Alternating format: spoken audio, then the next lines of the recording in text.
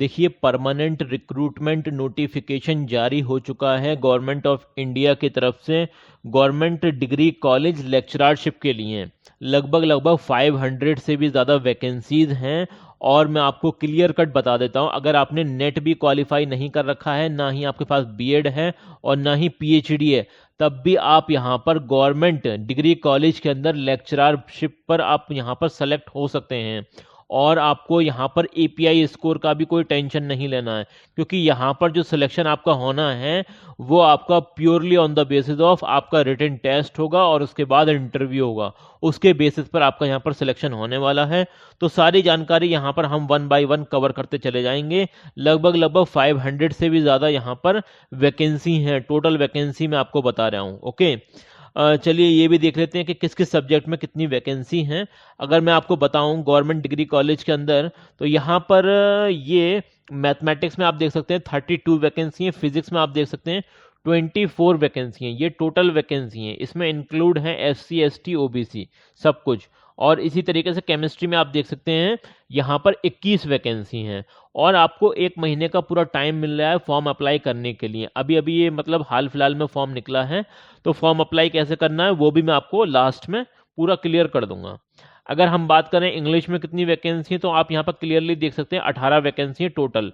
और इसी तरीके से कंप्यूटर में यहाँ पर आप देख सकते हैं डिपार्टमेंट ऑफ कंप्यूटर से 43 वैकेंसी हैं। ओके, इसी तरीके से इंजीनियरिंग फैकल्टी से, अब ये इंजीनियरिंग फैकल्टी मैं इसलिए बोल रहा हूँ क्योंकि इसमें सारे ही डिपार्टमेंट हैं, चाहे वो आपका केमिकल हो या मैकेनिकल हो या फिर सिविल हो, जितने भी डिपार्टमेंट हैं इंजीनियरिंग के अंदर सबको मिलाकर 360 वैकेंसी हैं इंक्लूडिंग।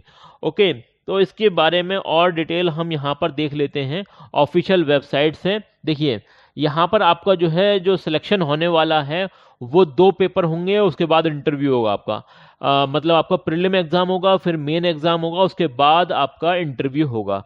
तो आपका जो प्रीलिम एग्जाम होगा मतलब टीयर 1 जो होगा, तो उसमें आपकी सामान्य हिंदी आपसे पूछी जाएगी जो कि 25 क्वेश्चन आएंगे और 3 नंबर का एक क्वेश्चन होगा, 75 नंबर तो इसी के हो गए। इसी तरीके से आपका जो मुख्य विषय है, सपोज दैट आप मैथमेटिक्स से अप्लाई करना चाह रहे हैं, तो कम से कम आप जो है CSIR जो यूजीसी नेट है मैथमेटिक्स का, उसके लेवल का आपको पढ़ना पड़ेगा अगर आप अप्लाई करना चाहते हैं। या फिर अगर आप किसी इंजीनियरिंग के लिए अप्लाई करना चाहते हैं, तो आप कम से कम तो जैसे गेट वगैरह के जो प्रीवियस ईयर क्वेश्चन पेपर हैं वो ज़रूर से लगा लेना।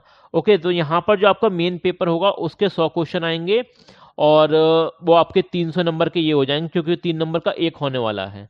तो टोटल मिलाकर यहाँ पर 375 तो यही हो गए। और यहाँ पर आपको जो टाइम मिलेगा वो 2.5 घंटे का टाइम मिलने वाला है फर्स्ट पेपर में, मतलब प्रीलिम एग्जाम के अंदर। ओके, इसके अलावा आपका यहाँ पर फिर मेन एग्जाम होगा। मेन एग्जाम में आपसे सामान्य अध्ययन मतलब जनरल नॉलेज वगैरह पूछी जाएगी, और जिसमें 25 क्वेश्चन आपको देखने को मिलेंगे। और ये आपके 3 नंबर का एक क्वेश्चन होगा, 75 नंबर के ये हो गए। इसी तरीके से आपका यहाँ पर मुख्य विषय से भी 100 क्वेश्चन आएंगे और 3 नंबर का एक क्वेश्चन होगा, जिस हिसाब से 300 नंबर के तो ये हो गए। तो दोनों को मिलाकर सम टोटल यहाँ पर 375 का सेकंड पेपर होगा, मतलब टीयर 2 आपका एग्जाम जो होगा। और इसी तरीके से आपको जो टाइम मिलेगा वो 2.5 घंटे का टाइम मिलने वाला है। ओके, यहाँ पर आपका इंटरव्यू भी होगा, इसलिए ताकि आपकी जो स्किल है टीचिंग स्किल वगैरह वो भी ये इवेल्युएट कर पाएंगे उसके अंदर। और सारी चीज़ें हैं, पर्सनैलिटी डेवलपमेंट, सारी चीज़ें आपकी चेक की जाएंगी इसके अंदर। तो यहाँ पर आपका जो इंटरव्यू होगा वो 100 नंबर का होने वाला है। अब देखिए, 375 का तो प्रीलिम होगा, फिर आपका मेन पेपर 375 का होगा, 100 नंबर का आपका जो है इंटरव्यू होने वाला है। तो इस तरीके से यहाँ पर 850 नंबर का ये टोटल पेपर हो जाएगा, मतलब 850 का टोटल एग्जाम आपका हो जाएगा। ओके, तो आपका जो सिलेक्शन होने वाला है वो आपका मेन पेपर और इंटरव्यू के बेसिस पर आपका सिलेक्शन होगा। यहाँ पर आपकी जो जनरल नॉलेज वगैरह जो पूछी जाएगी आपसे टेस्ट के अंदर, तो उसका यहाँ पर ये सिलेबस दे रखा है, ये आप नोट डाउन कर लें या फिर इसका स्क्रीनशॉट ले लेना। और इसी तरीके से मैं आपको अगला सिलेबस दिखा देता हूँ जो कि कॉमन सिलेबस है। सामान्य हिंदी, मतलब सामान्य हिंदी जो है सबसे ही पूछी जाएगी। तो उस केस में जो सिलेबस वगैरह है, तो यहाँ पर आप देख सकते हैं ये सिलेबस उसका दे रखा है। और इसी तरीके से अगर हम बात करें यहाँ पर एज लिमिट क्या है, तो देखिए 21 साल से लेकर 40 साल तक के लोग यहाँ पर अप्लाई कर सकते हैं। लेकिन अगर आप उत्तर प्रदेश से हैं, क्योंकि ये वैकेंसी उत्तर प्रदेश से आई है, उत्तर प्रदेश लोक सेवा आयोग की तरफ से आई है। ओके, अगर आप उत्तर प्रदेश से हैं तो आपको यहाँ पर रिजर्वेशन का भी फायदा मिलेगा। ओके, अदर स्टेट के कैंडिडेट अप्लाई कर सकते हैं, लेकिन यूआर कैटेगरी में, मतलब जनरल कैटेगरी में अप्लाई कर पाएंगे। और उत्तर प्रदेश वालों को रिजर्वेशन का फायदा मिलेगा, SC ST हो, OBC हो, या फिर कुछ भी जो भी है, फिजिकली हैंडीकैप स्टूडेंट वगैरह, या फिर एक्स आर्मी सर्विसेज वगैरह, सबको यहाँ पर एज रिलैक्सेशन सारी चीज़ें मिलने वाली हैं। और इसके अलावा यहाँ पर आप ये भी देख सकते हैं कि जब आपका इंटरव्यू होगा तो उसके लिए आपको अलग से एक फॉर्म फिलअप करना पड़ेगा। वो बात की बात है, जब तक वहाँ पर आप पहुँचेंगे उसके बाद की बात है। अगर हम बात करें, ये जो फॉर्म आया है Uttar Pradesh public service commission की तरफ से, इसकी फ़ीस वगैरह, तो फीस वगैरह बहुत ही नॉमिनल फ़ीस है, बहुत ही मतलब कम फीस है यहाँ पर। तो आप आराम से अप्लाई कर सकते हैं, चाहे किसी भी कैटेगरी से आप ताल्लुक़ रखते हों। इसके अलावा और जो इम्पोर्टेंट चीज़ें हैं वो भी हम देख लेते हैं।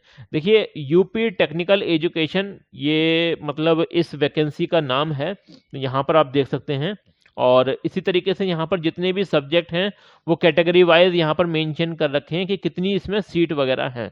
तो यहाँ पर स्क्रीनशॉट ले लेना आप इसका, और आप देख लेना, अगर आपकी सफिशेंट वैकेंसी हो तभी आप अप्लाई करना। मैंने आपको बताया था कि 24 वैकेंसी हैं, फिजिक्स में, केमिस्ट्री में 21 वैकेंसी है, इंग्लिश में 18 वैकेंसी है, मैथमेटिक्स में 32 वैकेंसी। तो टोटल मिलाकर आपकी जो वैकेंसी है 513 वैकेंसी है। ओके, 513 वैकेंसी टोटल वैकेंसी है। आई कहाँ से ये वैकेंसी? तो देखिए, ये इसका ऑफिशियल वेबसाइट का पेज है, उत्तर प्रदेश लोक सेवा आयोग। ओके, जैसे ही आप यहाँ पर आएंगे तो थोड़ा सा आपको स्क्रॉल डाउन करना पड़ेगा। स्क्रॉल डाउन जैसे ही करेंगे तो आपको यहाँ पर एडवर्टीजमेंट दिखाई दे जाएगा। ओके, तो ये है click here to apply for lecturer, ठीक है ना, लेक्चरर बेसिस की ये वैकेंसी है। और यूपी के अंदर जो भी टेक्निकल कॉलेज है, मतलब पॉलिटेक्निक कॉलेज हैं, उनके अंदर ये वैकेंसी आई हुई है। ओके, अभी आपने एक पहला नोटिफिकेशन देखा था, अभी मतलब 2 महीने पहले आया होगा, उत्तर प्रदेश की तरफ से ही आया था, उत्तर प्रदेश लोक सेवा आयोग की तरफ से, असिस्टेंट प्रोफेसर का। उसमें जो सब्जेक्ट थे वो ज़्यादातर मतलब आर्ट्स, कॉमर्स और मतलब सोशल साइंस वगैरह, ये सारे सब्जेक्ट थे। अब जो ये वैकेंसी आई है ये प्योरली इंजीनियरिंग फैकल्टी के लिए आई है, लेकिन इसमें कुछ सब्जेक्ट ऐसे भी हैं जो कि साइंस में भी आते हैं, तो वो लोग भी अप्लाई कर सकते हैं। ओके, इंग्लिश की भी वैकेंसी है। अगर अप्लाई करना चाहते हैं तो ये यहाँ पर आपको इस वाले पेज पर आना पड़ेगा, और टेक्निकल एजुकेशन डिपार्टमेंट, यहाँ पर आपको ये वैकेंसी शो हो जाएगी। कब तक आप अप्लाई कर सकते हैं? तो देखिए, 2 जनवरी 2026 तक आप यहाँ पर अप्लाई कर सकते हैं। 2 जनवरी 2026 तक आप यहाँ पर अप्लाई कर सकते हैं। अप्लाई करने के लिए आपको यहाँ पर क्लिक करना पड़ेगा, लेकिन उससे पहले आपको OTR करना पड़ेगा, 1 टाइम रजिस्ट्रेशन, OTR, ठीक है ना। तो यहाँ पर ये OTR करना ज़रूरी है, पहले आप OTR कर लेना, उसके बाद ही यहाँ पर आपको फॉर्म फिलअप करना है।